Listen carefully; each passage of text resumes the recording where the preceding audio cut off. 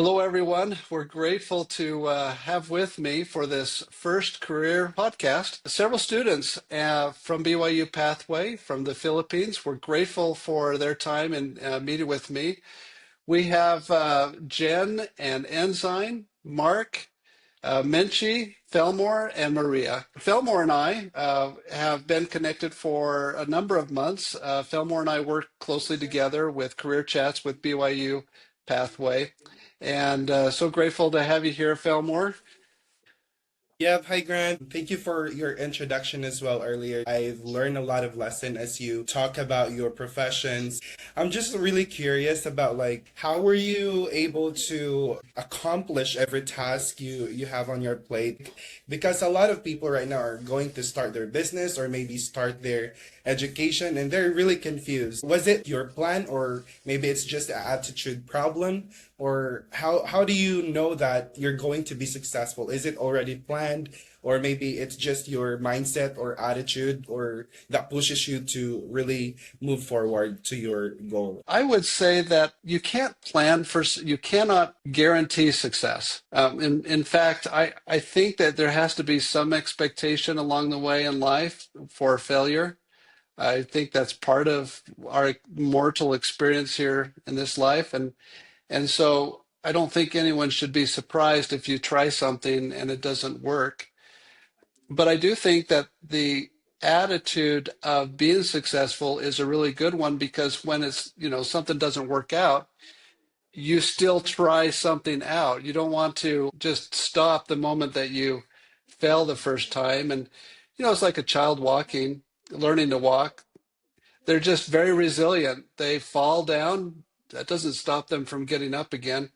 Um, there was a time, and I started a business about 10 years ago. And when you start a business, there's a lot of things that can go wrong. There's a lot of things that could go right, but there's a lot of things out of your control that could go wrong. I'd love to see if anyone else have any thoughts on Delmore's questions. My husband and I, we have a business, and here in the Philippines, our economy is different from the United States, and it's really hard to thrive and live. And at first, we were very young, and we're not college graduates, and so companies are not taking us because we don't have a degree. But good thing is that my husband speaks Chinese because he served in Taiwan, and so he works in a company, in a call center company that offers Chinese jobs. And there we started investing. We invested with Airbnb rentals, house stuff, and what I can really assure you is you have to pray. You have to know if the Holy Ghost is prompting you, if it's the right way for you or not. As I prepared for this meeting, I actually wrote down the things that I need to do and suggest. And so I kind of pondered because I saw all of the students' concerns. It's all about being a parent, being a student, having a work, all of these things in one plate and how you can balance them. And in order for you to go through it, you need to know your why.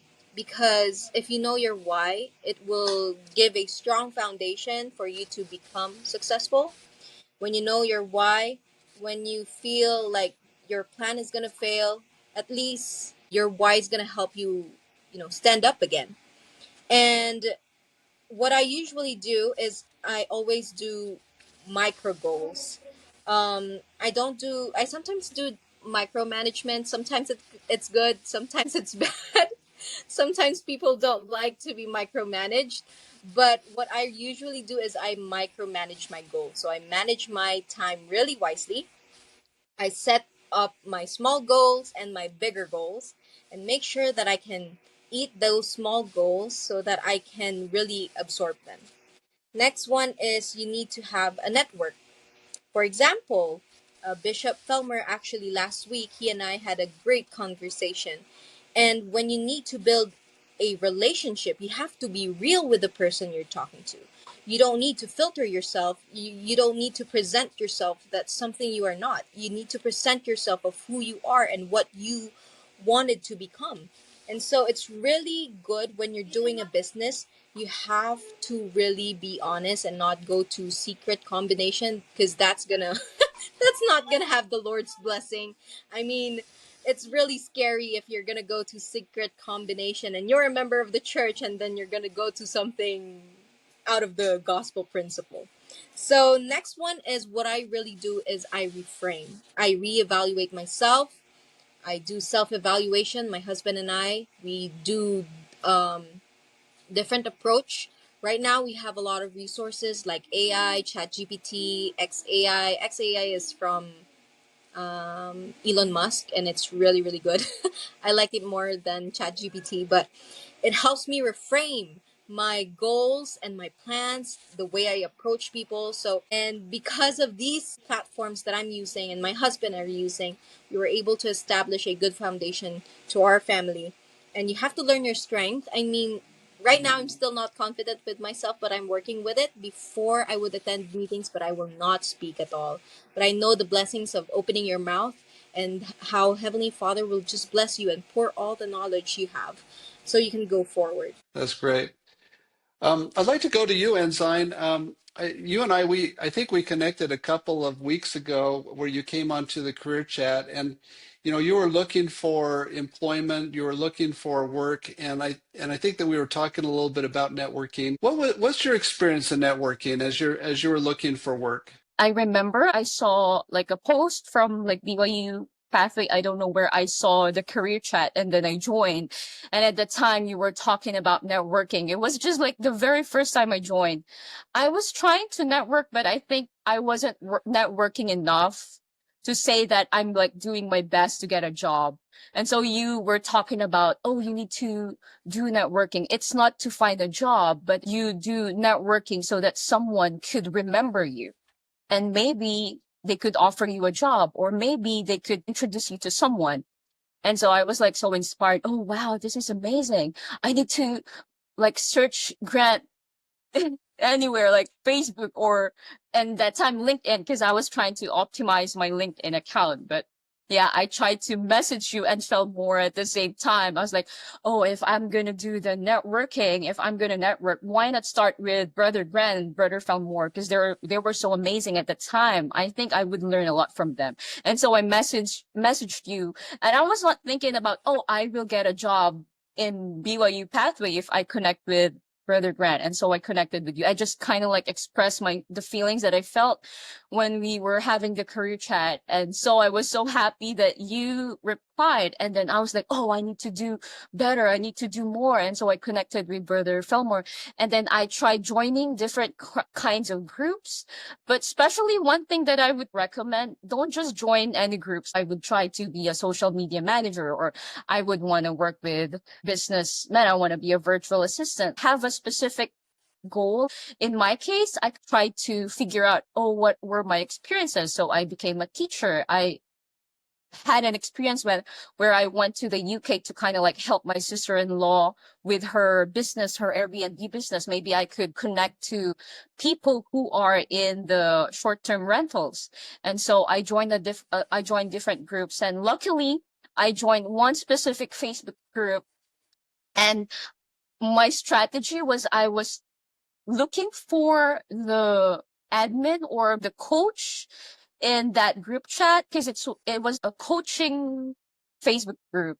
And so I messaged that guy, or the Sir Mark. I messaged him like, oh, I learned that you're teaching people to learn how to become a social media manager. I wanted to enroll in your class. And so he replied, and then I scrolled through his post and I saw like he's finding people who would work with short-term rentals. And I was like, wow, I had an experience. It's just 3 months.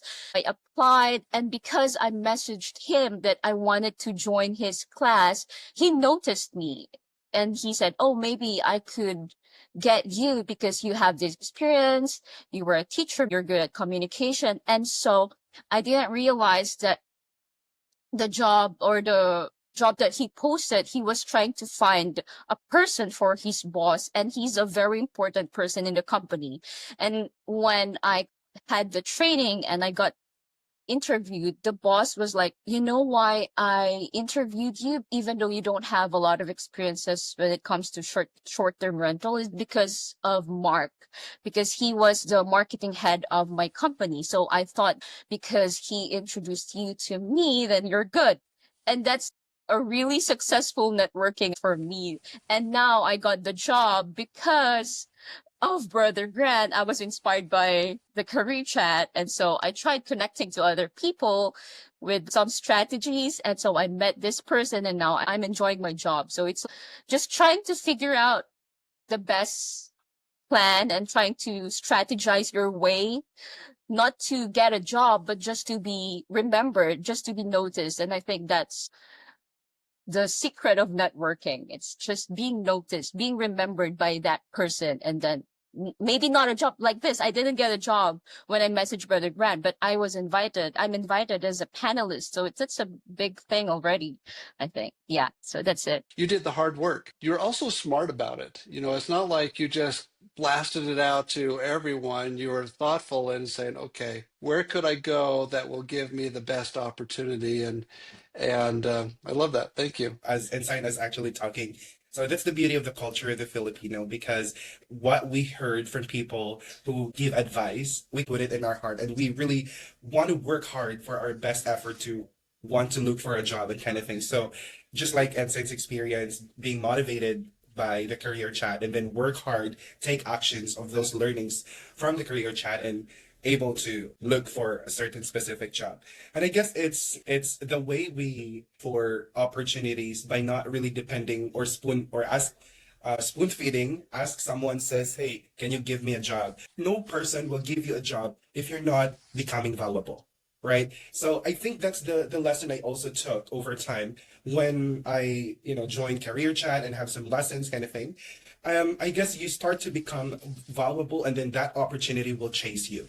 Because if you're valuable enough, then companies started to looking for you. Then yes, communication matters, and that really is. We have to somehow elevate ourselves, somehow not to ask very spoon-feeding information from other people that, hey, can you give me a job? But in reality, you're not somehow preparing yourself to those opportunity. What if I give you an opportunity, but you're not ready? So that opportunity would be wasted, kind of thing. That's my thought. So yes, let's start becoming valuable and start to elevate ourselves in a higher plane where we can enhance our skill sets, our job experiences, and kind of thing. So yeah, I'm grateful for that. That's my thoughts. I think Maria, before we came on, you were talking about the reason that you're coming back to BYU Pathway, or not coming back, but going to BYU Pathway, is that you're wanting to kind of add value to you. You want to kind of speak a little bit about that, kind of what you shared earlier? Yes, thank you, Grant. I realized this recently when I enrolled at BYU, that we cannot adapt ourselves to any changes if we are not going to upgrade ourselves. So everything in this world will be obsolete. So you were talking about the artificial intelligence. And everything, most of the jobs that are available now will not be available after 5 years or 10 years or so. So why can we not upgrade ourselves and adapt ourselves to the changes? Yes. I think I just want to add something about Sister Maria has said earlier. It was really fun to hear that we need to take the risk and get out of comfort zone so that we can attain the blessings that the Lord bestowed upon us. Just like me, I was planning to build a small business near at the public market, but I don't know what to do. That's why I think this career chat will help me to know what should I do next steps. Because in order to do that, you need to earn money. That's why few months ago I searched an online job and I finally landed on interview. Just want to share something about my experience before at that specific company. I'm not names namer, but I start up with a reputation and also for innovation. The interview went great, and I was really excited at that time when they offered me that job. But after a week of waiting, I still hadn't received any onboarding materials or communication. So I sent a follow-up email, but it was met with radio silence. I tried calling, but my calls went unanswered. It was as if I'd been ghosted by the company. No explanation, no apology, just complete silence. So I was left wondering if I'd ever find out what happened. The experience left me feeling frustrated and uncertain about my job search. So the question is how can I handle this situation, Gran? Like, or what what are the things that I need to know if that company is not okay to submit our application, you know? Mark, this one thing when I work before in a company during my time, I was a part of screening applicants. After a week or two, they did not call you, forget the company. Because a company who really need an employee, they will take an immediate action on your resume. They're going to call you immediately. If they really need you and you are really qualified and you are the person they're looking for, in a week or two, you did not receive any message from the company or any call, forget the company and you move on. Because that is not a good sign. And anyway, have this mindset, Mark, that if they did not hire you, then they lose a very productive, they lose an asset actually. That's a good mindset. Just move on. There are many fishes in the ocean. Because in the first place, when I'm talking with that interviewer, he said like congratulations, I will send you an email after this interview. So I was like expecting that. Oh, yes, I passed the interview. I'm gonna have have a job to earn money, to support my family and myself. But it didn't happen, and that was the really sad part. So thank you so much, Sister Maria. Okay, Brother Mark, here's the solution. I'll give you some tips and tricks. I remember the time where my husband used to apply 15 companies a day. He submits his resume to 15 companies every single day. He landed the job on his 11th day. And on his notebook, he would write the name of the company. He would write the skills that the company is looking for, so that when he gets into an interview, I remember Brother Grant shared the me in 30 seconds or me in 60 seconds. And so that's what my husband did, and that's what I actually did. I also used his pattern. I suggest you make a goal. You look for a company, and if they're searching for an employee who's good in Excel, who's good in this, who's good in that, tell them that you can do it.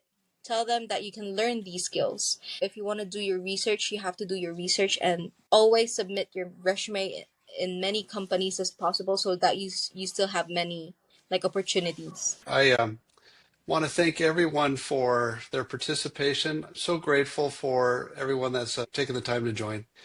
May God bless you. It's been great meeting with everyone, and we'll do this again.